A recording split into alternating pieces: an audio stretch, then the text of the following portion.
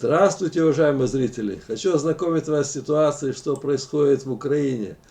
Покажу карту боевых действий на сегодняшний день, зачитаю сводку новостей, что пишут украинские издания.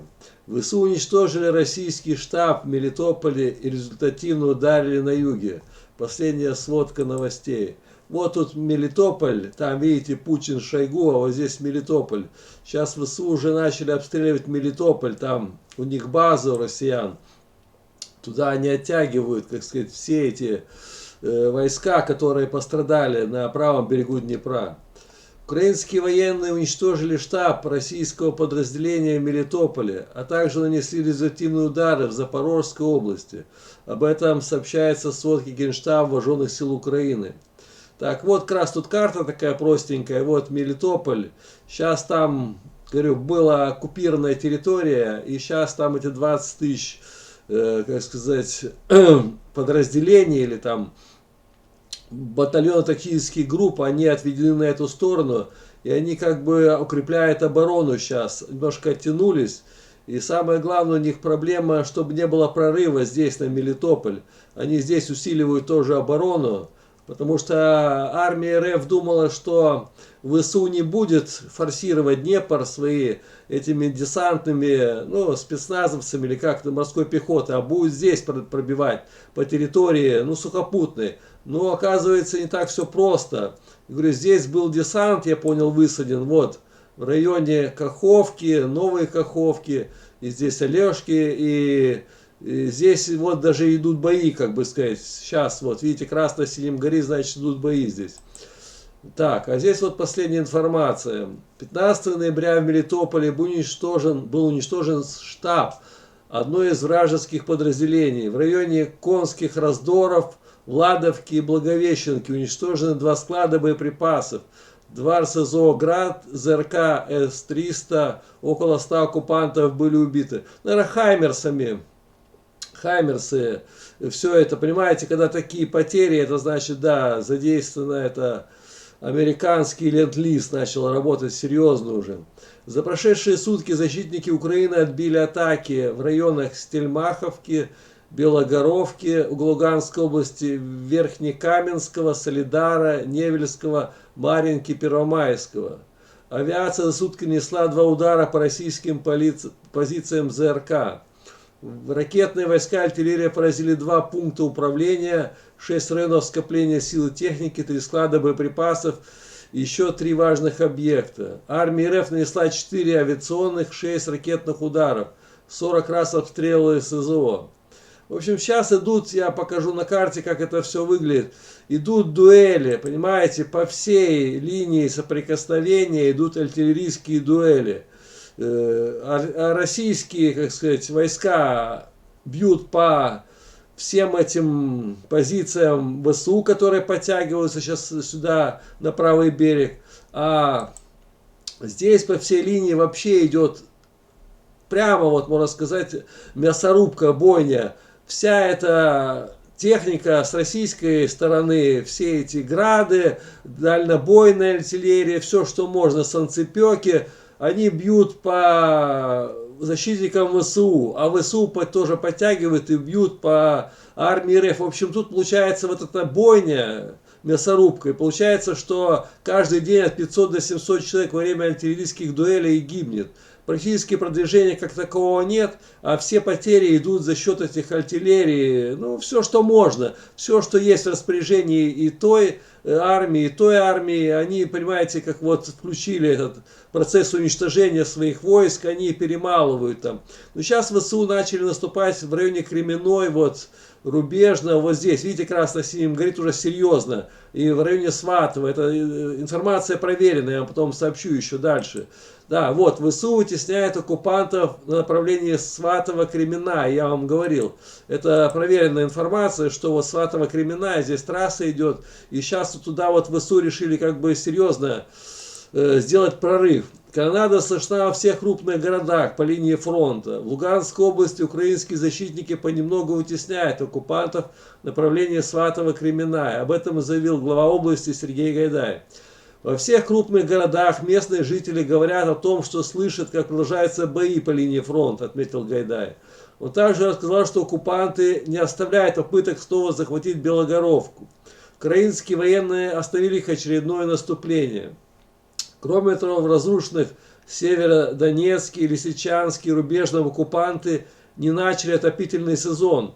Поэтому в многоэтажных жилых домах люди отапливаются дровами. Не дай бог, там, я сейчас подумал, этим всем мирным жителям местным, все, ведь нет ничего, отопления нет, света нет, как выживать, сейчас уже мороз ночью начнется. А военным в окопах этим, и российским, украинским, это вообще, я не знаю, там это они все отморозят, руки, ноги, это как, без отопления, без света, без ничего.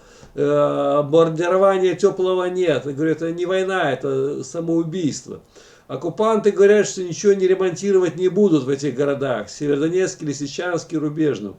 Придут ваши укры и пусть тогда ремонтируют. То есть они морально готовы, что эти населенные пункты будут деоккупированы, отметил Гайдай. Сейчас я вам как раз покажу. Вот. В общем, здесь эти сейчас российские войска говорят, мы все равно отсюда отойдем, это все равно будет со временем ваша территория.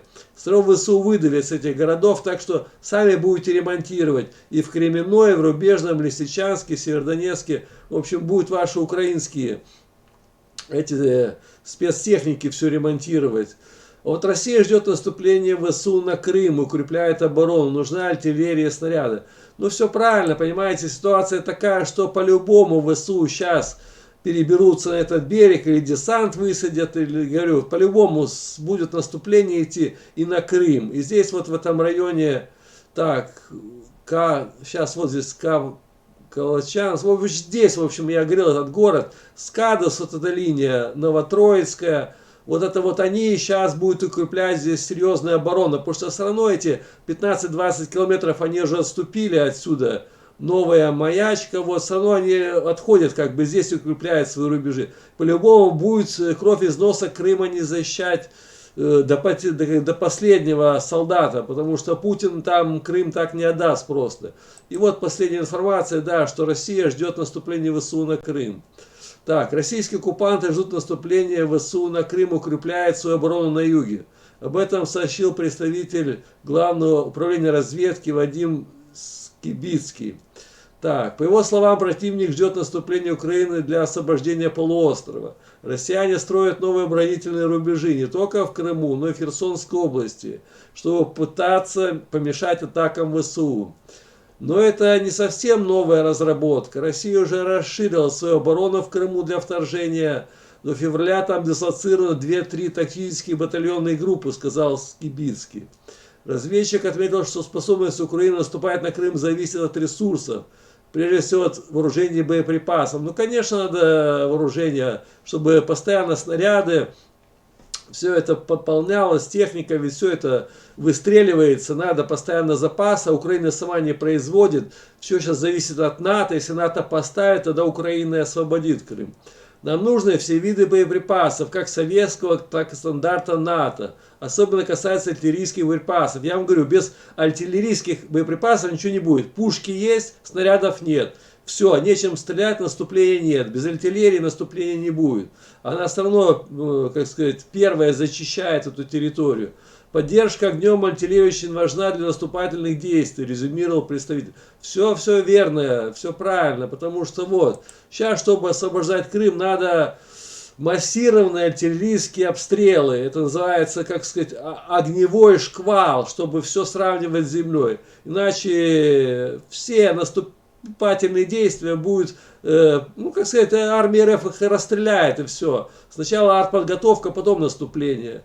А наступательные войска будут идти медленно, потому что все заминировано. Все эти поля при отступлении заминируют, чтобы эти танки, БТРы подрывались. А как если будет минирование, наступление не будет, как сказать, полномасштабного и быстрого, потому что, конечно, я думаю, здесь такую трехслойную оборону сделали уже армии РФ, что Путин не простит, Путину не простят сдачу Крыма, это Херсон еще кое-как сейчас прощает, и тоже там на него наехали со всех сторон, а уже Крым, если потеряет, его точно сместят уже.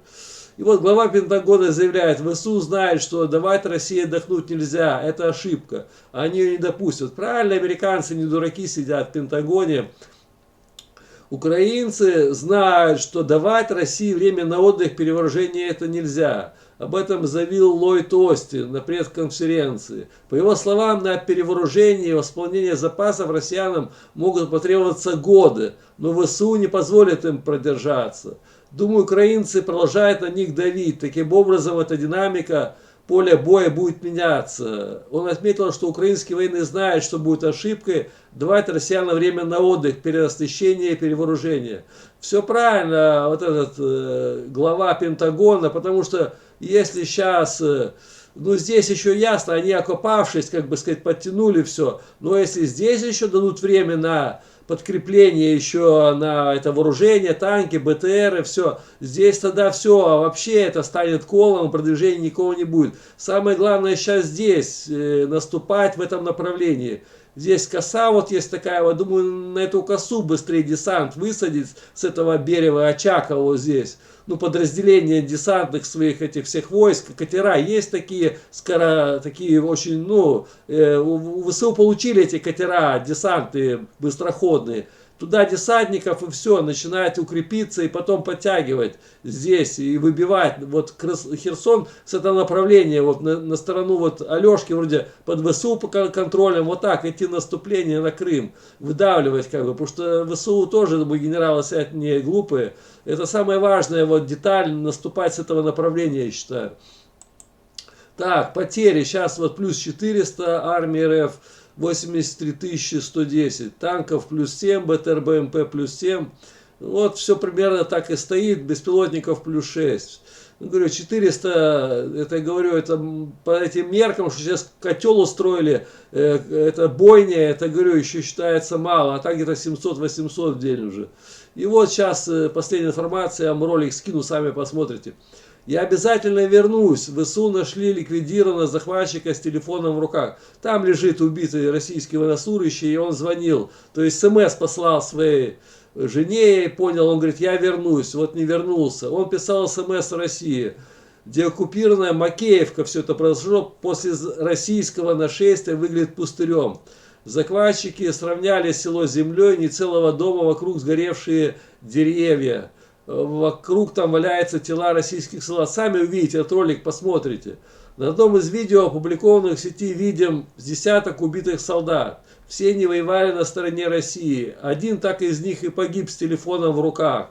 Оккупант писал своей любимой в сообщении: «Спокойной ночи, я обязательно вернусь, я тебя люблю». Написал захватчик, по всей видимости, что он успеет. Он успел отправить СМС туда, но он погиб. И он там вот лежит убитый. Сами посмотрите, как это все выглядит, чтобы понять, что происходит вообще, как эта война выглядит вот именно на видеоролике. Всем спасибо, всем пока, до новых встреч.